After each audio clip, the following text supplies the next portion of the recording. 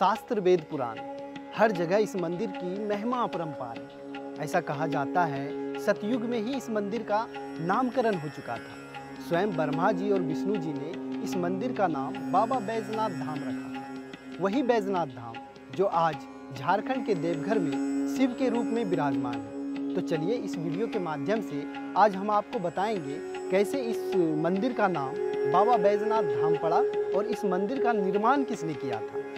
ऐसी आस्था है कि यहाँ मांगी हर मनोकामनाएं पूर्ण होती है। इसके लिए सावन का महीना खास होता है, इसलिए पूरे सावन में यहाँ श्रद्धालुओं का तांता लगा रहता है। शास्त्रों के अनुसार यहाँ माता सती के हृदय और भगवान शिव के आत्मलिंग का सम्मिश्रण है, इसलिए यहाँ के ज्योतिर्लिंग में अपार शक्ति है। यहाँ सच्चे मन से पूजा पाठ और ध्यान करने पर मनोकामनाएं अवश्य पूर्ण होती है। कहते हैं मोक्ष की प्राप्ति भी यहीं होती है, तभी तो दूर दूर से साधु संत यहाँ मोक्ष की प्राप्ति के लिए आते हैं। शिव पुराण के शक्ति खंड में इस बात का उल्लेख है कि माता सती के शरीर के 52 खंडों की रक्षा के लिए भगवान शिव ने सभी जगहों पर भैरव को स्थापित किया था। देवघर में माता सती का हृदय गिरा था, इसलिए इसे हृदय पीठ या शक्ति पीठ भी कहते हैं। माता के हृदय की रक्षा के लिए भगवान शिव ने यहाँ जिस भैरव को स्थापित किया था उसका नाम बैजनाथ था। जब रावण शिवलिंग को लेकर यहाँ पहुँचा, भगवान ब्रह्मा और विष्णु ने भैरव के नाम पर उस शिवलिंग का नाम बैजनाथ रख दिया। यहाँ नामकरण को लेकर एक मान्यता और है। कहते हैं त्रेता युग में बैजू नाम का एक शिव भक्त था।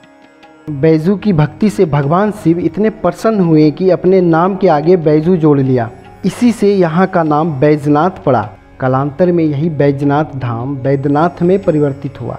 बैद्यनाथ धाम देश के 12 पवित्र ज्योतिर्लिंगों में शामिल है। सावन में भक्त सुल्तानगंज से 108 किलोमीटर की पद यात्रा कर बैद्यनाथ धाम पहुंचते हैं और बाबा पर जल अभिषेक करते हैं। यह सिलसिला पूरा 1 महीने तक चलता है। इस मंदिर को लेकर कई कथाएं हैं। ऐसा कहा जाता है प्राचीन में इस मंदिर का जो निर्माण है विश्वकर्मा के हाथों हुआ है। प्राचीन कथाओं के अनुसार लंकापति रावण ने भगवान शिव को प्रसन्न करने के लिए कठिन तपस्या की। रावण की तपस्या से खुश होकर भगवान शिव ने उसे वरदान मांगने को कहा, तो रावण ने कहा कि वह उन्हें अपने साथ लंका ले जाना चाहते हैं।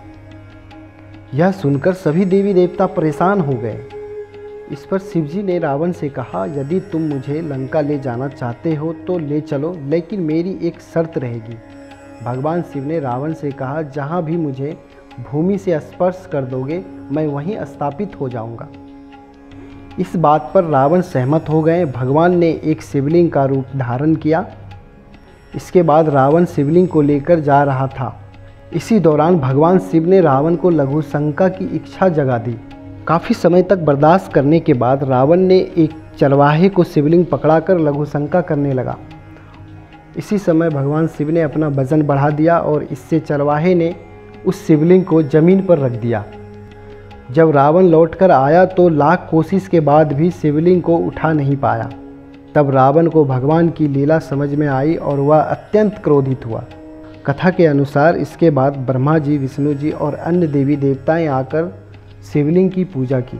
शिव जी के दर्शन होते ही शिवलिंग को उसी जगह पर स्थापित कर दिया। तभी से महादेव कामना लिंग के रूप में देवघर में विराजमान है।